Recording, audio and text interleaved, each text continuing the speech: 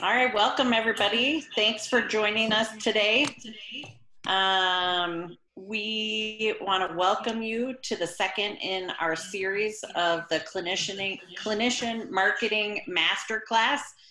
We have a great lineup for you today. We have Grant Effinger and Mark Katawi from SocialSEO, and we have Dr. Brian Richardson, who is a dentist, MBA, and entrepreneur here in our community. So if you're new to our program today, go ahead and put your name, what type of practitioner you are, as well as your location and our chat function so we can get to know one another.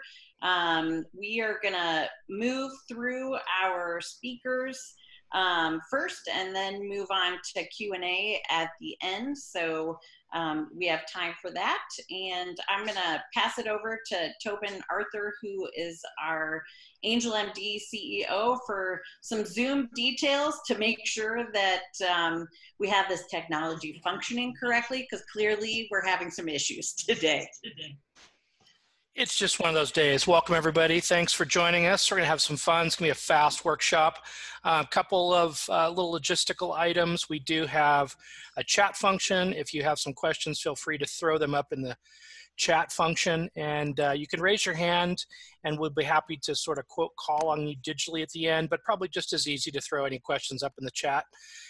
Which is, you should all see that in your screen, and then we can respond at the end, which we will do. We'll try and hold questions till the end because this does move pretty quickly. But thanks again for joining us. We really appreciate you being on. We appreciate SocialSEO for joining us. They are the #1 social engine optimization organization in the United States. We're very fortunate to have them as a partner and working with us, and with Grant and Mark joining us today, who are just absolute rock stars. And they will be followed by Dr. Brian Richardson, who is the smartest dentist in the United States, at least the smartest one that we know. But no, Brian's a great guy, and we're looking forward to hearing from Brian. There's going to be some interesting timing. And I think that's it. I'm going to turn it over, but first I'm going to kick off this first poll. You should see it up on your screen. This is anonymous. This is just for fun.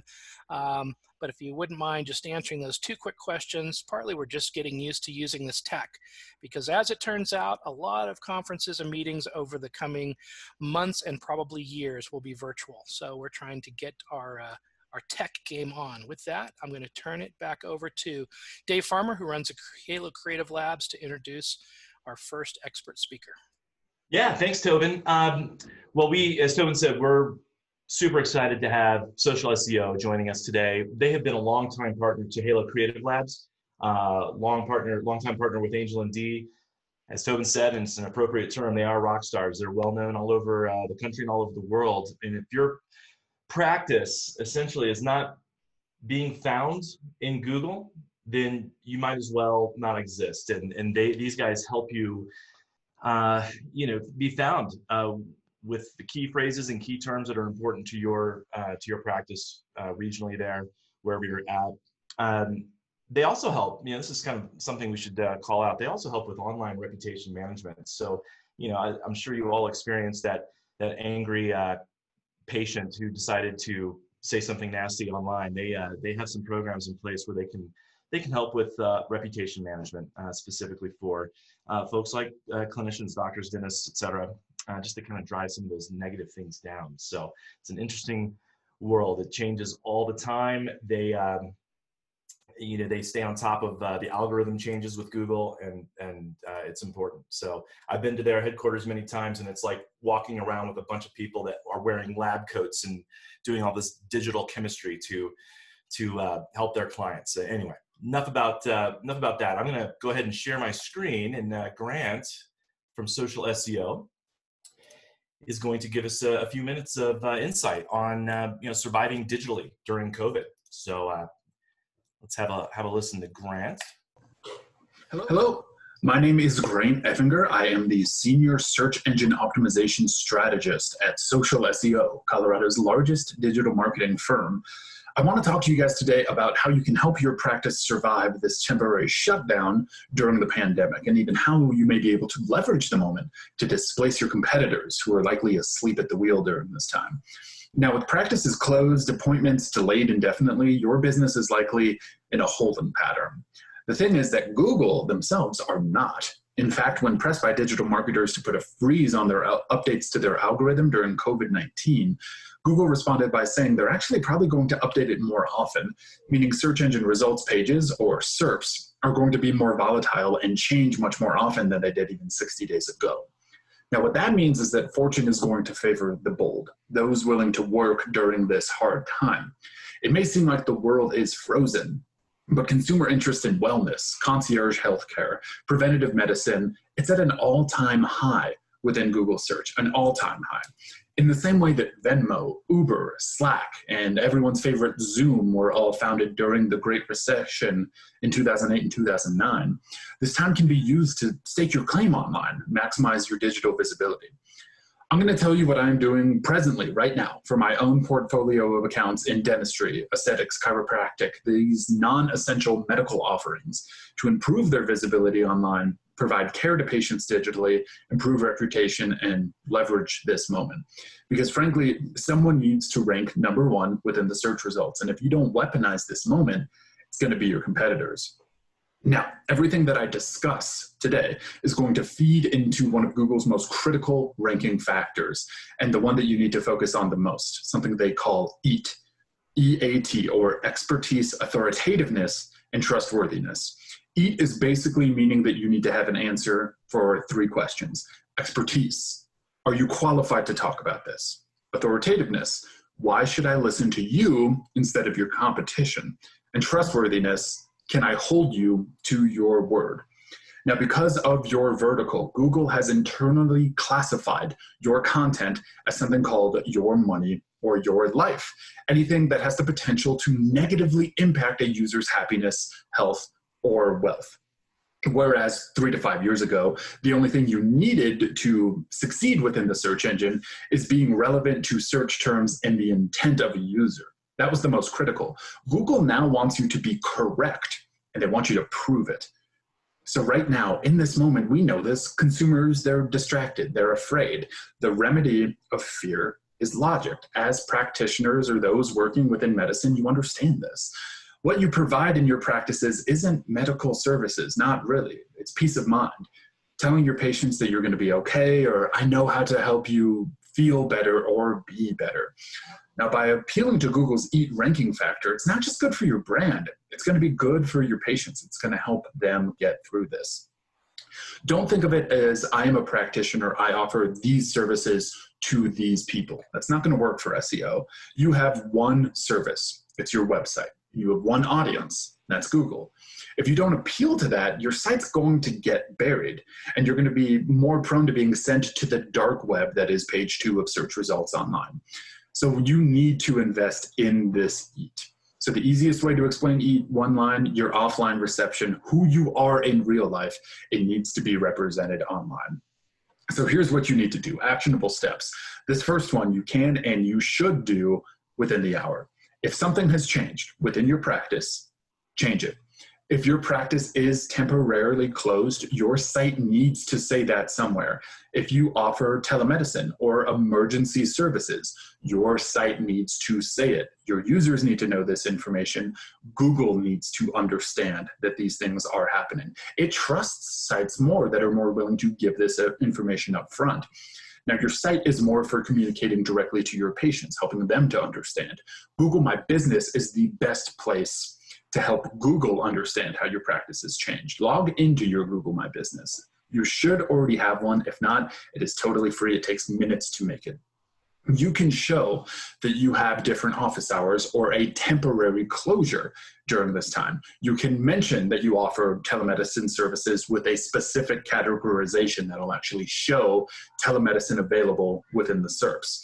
And you can use something that Google has actually designated during this time called a COVID-19 update post, which will display above your regular business listing on the right-hand side. If you ever search your brand name, you see your website, directions, hours of operation on the right-hand side, That's what we're referring to there. It'll appear right above that.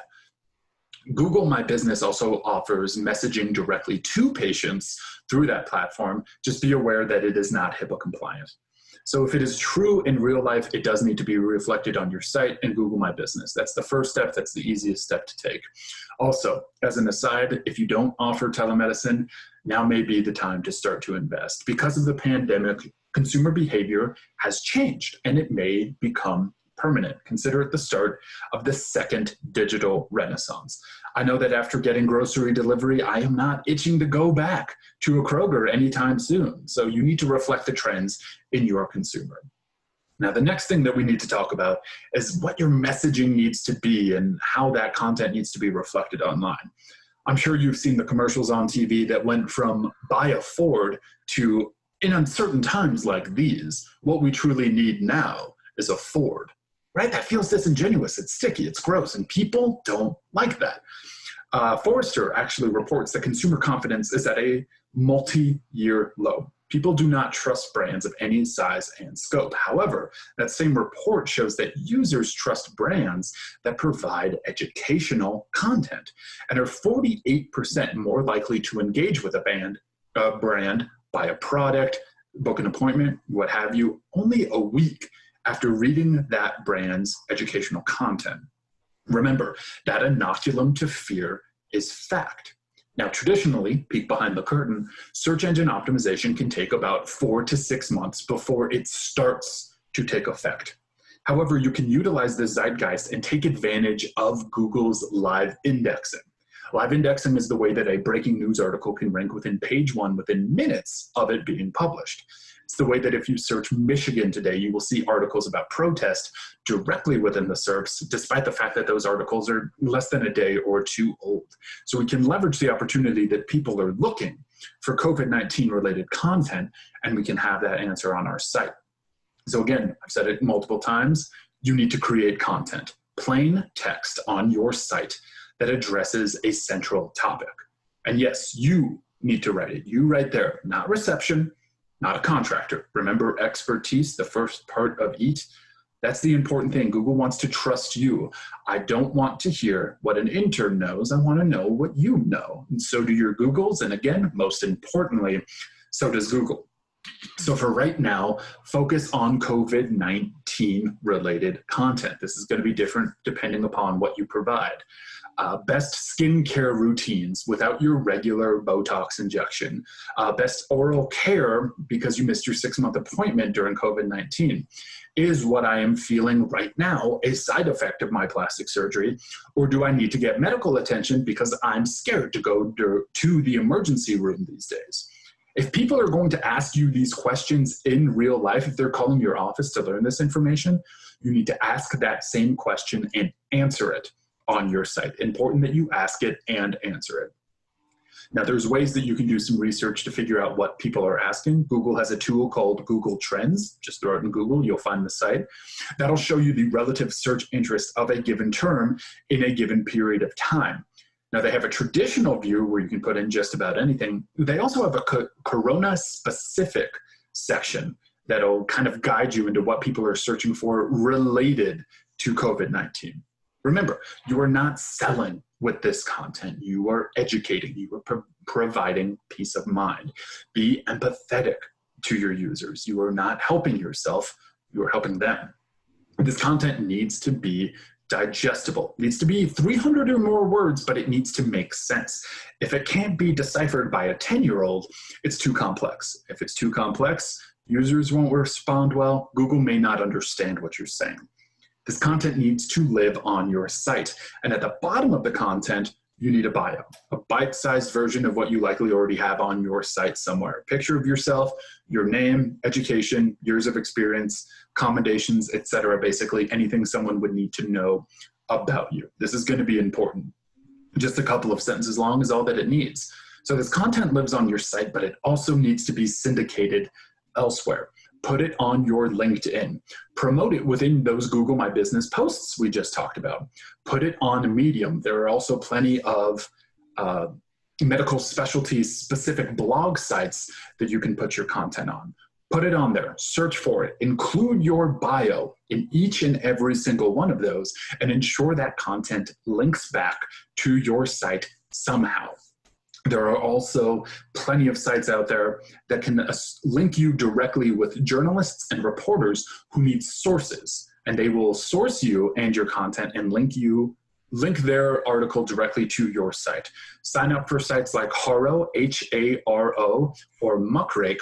Those posts will be sent directly to your email. If something is relevant to you, if you provide that answer within your content, respond to that journalist, send it off. It takes about 10 seconds. They only send a couple of emails a day. It won't flood your inbox. All those last 5 or 6 points feed directly into establishing your expertise and authoritativeness in that EAT algorithm. Now, finally, like any good medical provider, you need to look deeper into this stuff. Measure these trends relentlessly and be agile to the changing trends. Use Google Trends to search for keywords and subject matter, but you should also use your Google Search Console for keywords that are coming to your site. You should already have that set up. If you don't and you have Google Analytics set up, it'll just take a couple of minutes. You can see trend lines of how by a specific keyword phrase or to specific pages on your site, how impressions and clicks are trending. Clicks being people clicking on your result within the SERP, and impressions is how many times you are appearing up. If you're seeing that a given term is skyrocketing in impressions, write some content about that if you don't already have it. Structured data is also something that can help Google understand your content more readily, understand your services better. It is actually code markup that talks directly to Google and speaks in their language. So if you are not afraid into doing some coding, look into service schema is another word for it, event schema. That's going to help Google understand your site and your content a little bit more effectively. If you don't want to do it, no problem. It's just additive. Check what other people are doing. There is no need to reinvent the wheel here. Check in states that are trending about a week ahead of whatever state you're living in regards to the COVID-19 curve. If they rank #1 for a particular phrase, chances are that Google likes that content. So search for dentist COVID-19 Kentucky, if that's the state ahead of you. See what content marketing, blogs, and things of the sort. See how those are ranking. Take that content, take the structure of that content, we know Google responds to it well, and just rewrite it in your own voice. Chances are that if Google likes it in one state, they're going to like it in your state. We need to be creative as well. We need to keep your practice open. That means cash flow. Remember, people are not competent right now. You can show them the end of the tunnel. You can show them the light that sits at the end of this. We will get out of it eventually. So be creative with it. Give them some hope. For aesthetics, for example, you can celebrate the return. A lot of people are off of their normal procedures. So if you buy a gift card now, for example, we will give you an extra 20%, and that gift card is good for 30 days after the practice opens, after COVID-19 is behind us. That way, money is still coming in, you're getting users excited, you're getting them thinking about your brand. Everyone is working out here. Reviews are also going to be very important during this time. It helps build up your reputation online. That goes back to the trustworthiness and authoritativeness of that algorithm. And you want to make sure that you're providing these links and you're encouraging users to leave these reviews on multiple platforms. Leave it on Rate My Doc. Leave it on Google My Business. Leave it on Vitals. Go to multiple different sites, and users aren't going to leave these reviews normally. People only tend to write reviews when they have a bad experience. So if you can incentivize them in some way with a review, let them know and send them directly to the platform that you want them to leave the review on. Free adjustment for chiropractic with your review, 10% off of Botox treatments if you prove that you left a review here, whatever. Not only are you building up a reputation online, you're staying top of mind. In some cases, you could be making appointments as well. Now, that is a crazy fast intensive on what you can do during this time. There's always more. Obviously, Google updates their algorithm about 4 to 6 times per day. There's about 300 components to their Google algorithm. But everything we talked about now, everything we talked about is well within your power to keep your practice open, your patients well taken care of. Remember, we want to reflect real life on our site and our Google My Business, create content that fulfills a need and supports our eat, and measure relentlessly to stay agile. Because at the end of the day, whichever practice has the agility to provide real world representation and have it reflected online will win at the end of this. Provide that real world connection to your patients, that peace of mind, and ensure it is represented online. Not only will they have a stronger relationship with you, but you've used a period where your competition may be asleep at the wheel to reinforce your brand and displace your competition online while providing top-tier care to your patients. And really, at the end of the day, that's why we are all in this. That is what it is all about. Thank you for your time. All right. That was phenomenal, Grant. Chock full of information. We are gonna go next to Dr. Brian Richardson, who's joining us today. Again, his practice is Blanchard and Richardson Family Dentistry in Littleton. He is a practicing dentist, has his MBA, an entrepreneur, an investor, and he's going to talk a little bit. Colorado, I'm not sure if all of you are in Colorado, but just got the go-ahead from the governor to start opening up some of these businesses. So Dr. Richardson's going to talk to us about the things he's thinking about to move his practice forward. All right. Thank you, Katie, and thank you, Tobin, for having me join you today. Yeah, as Monday rolls around and we're allowed to see patients again, it presents us with some pretty big challenges as practitioners. Obviously, great insight from Grant as far as how to market our practices, but a lot of us who have been in practice for a while have almost the opposite challenge, and that is how to deal with all the patients that we haven't been seeing over the last 6 weeks or so. During April, I canceled over 1,000 patient visits, and those people continue to call me wondering when they are going to be able to be seen and what we're going to do for them. And as I look at May, my schedule is almost full for May just from people that were previously scheduled. So now I'm faced with the dilemma of, do I add staff? Do I add hours? How do I bring back existing staff in order to treat all these patients? And how many of them are actually going to want to come see the dentist? And I think that's true probably for all the different specialties. We're going to have a certain percentage of people that are a little scared to come to a medical facility. They seem to not care about going to the grocery store and hanging out with people in bandanas and gloves when those people have no training. But we have to work together as a group, I think, all of our societies, associations, and try to put out some real positive marketing campaigns, educating these patients that it's really us as healthcare providers that are taking the risk in seeing patients, and that they really don't have to fear coming to see us any more than they do on a daily basis. But it's going to take us as a group trying to get together and figure out how we can educate the patients so they continue to come to our offices. But brings up another challenge in that, how do we acquire the necessary PPE so that we can remain safe?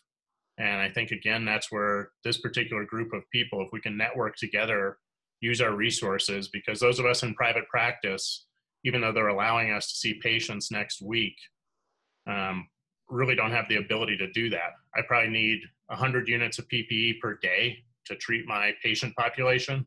I'd be lucky if I had 100 for an entire month right now.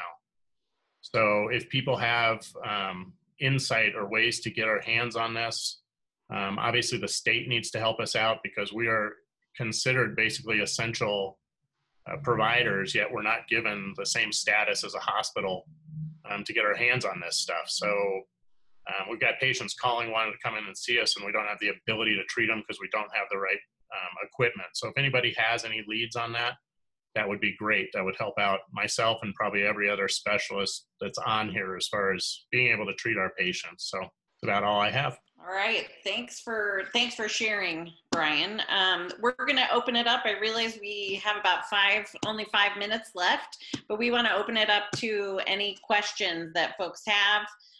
If you want to put those in the chat, we'd love to hear more from Grant and Mark, as well as Brian.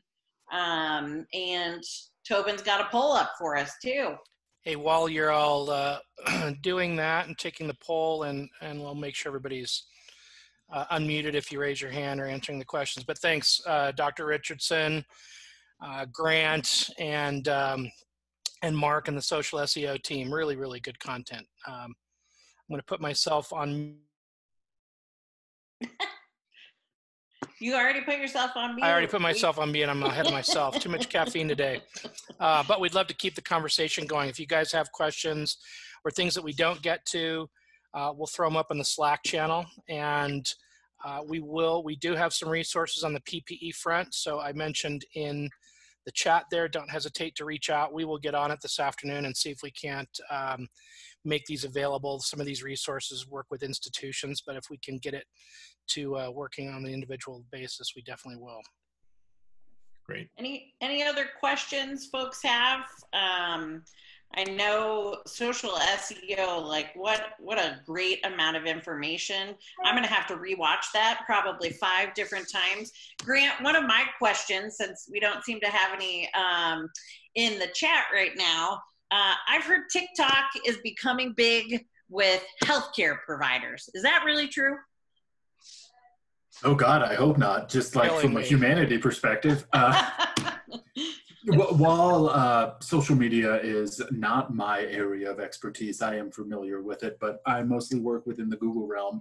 It is kind of back to that human element of just an interaction with a human being, somebody that you feel safe with, someone that you can open up with. And at this time, I do know that a lot of brands, the brands that you follow online, you don't follow them because you love their posts about how you can get 2 items or more for $5.99 at Domino's.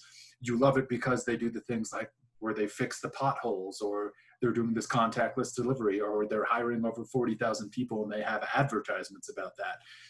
Domino's is middling pizza. I love it, but it's, you know, it's not top tier. The reason that people follow brands like this is because there is that human element. There is that connection. I know that plenty of people who follow social SEO don't care about digital marketing at all. They want to see us having our field day. They want to see us having our beer cart or playing Rock Band and having that human side of it. So if that is happening on TikTok, then I would just say that that's an extension of that branch that they're extending to their patients. Yeah, pretty funny. I'll tell you, my 15-year-old daughter is in the background saying, she answered the question for me. Yes! I thought, well, maybe all the 15-year-olds are, but I don't know that all the doctors and dentists are. We did have a question from Dr. Buford. He would like to hear some more ideas on this whole idea of interacting with patients and any potential legal pitfalls as we go through this opening up practice. And I don't know, Dr. Richardson, if you can reply to that at all. As far as interaction with people, Greg, is that like? Yeah, I just unmuted myself. You know, I'm putting together basically a list of you know, requirements, one person at a time. They're going to stay in the car until we text them. You know, they basically have to say that they've not been in any contact with anyone that is known to have COVID, you know, for 14 days. I see this. I see all the trial attorneys just salivating at this right now because, you know, if you have a patient that comes in, they say, you know, well, I'm not going to maintain social distancing. Well, you need to do it. Well, it's not the law. This is my right. Blah, blah, blah, blah, blah, blah, blah. You know, I talked to a police officer about this, you know, the other day. After going through Whole Foods and seeing, you know, probably 30% of all the, I hate to say it, the young people, no social distancing, no gloves, no mask, or anything like that. You know, it's our God-given right. How do we avoid those pitfalls? Because I can just see this as a quagmire of someone saying, you know, you are biased against me. You wouldn't treat me because, you know, for example, one of our rules, one person at a time. We had someone come in before this crisis that literally sent us a scathing note that said, how dare you? You wouldn't let me come back with my wife during a consultation. You know, you guys are horrible people. And I'm like, no, you're just the type of person that's we're not going to work with because you're a jerk. Right. You know, so any thoughts on that? Because I think there are some legal pitfalls here. Yeah, for our office, we have a huge waiting room.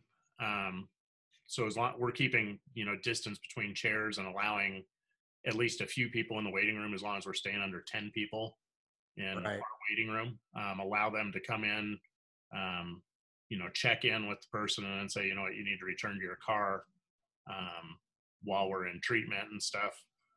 I think that's a real gray area, though. I was talking with an oral surgeon buddy of mine last night, and same thing, but a lot of us feel obviously be extremely difficult for anyone to come back legally on us for actually acquiring COVID or anything when they're allowed to go, the grocery store or anything else. How do you actually figure out where someone got it from? But I don't know how you deal with the people that are ticked off that, they can't come back.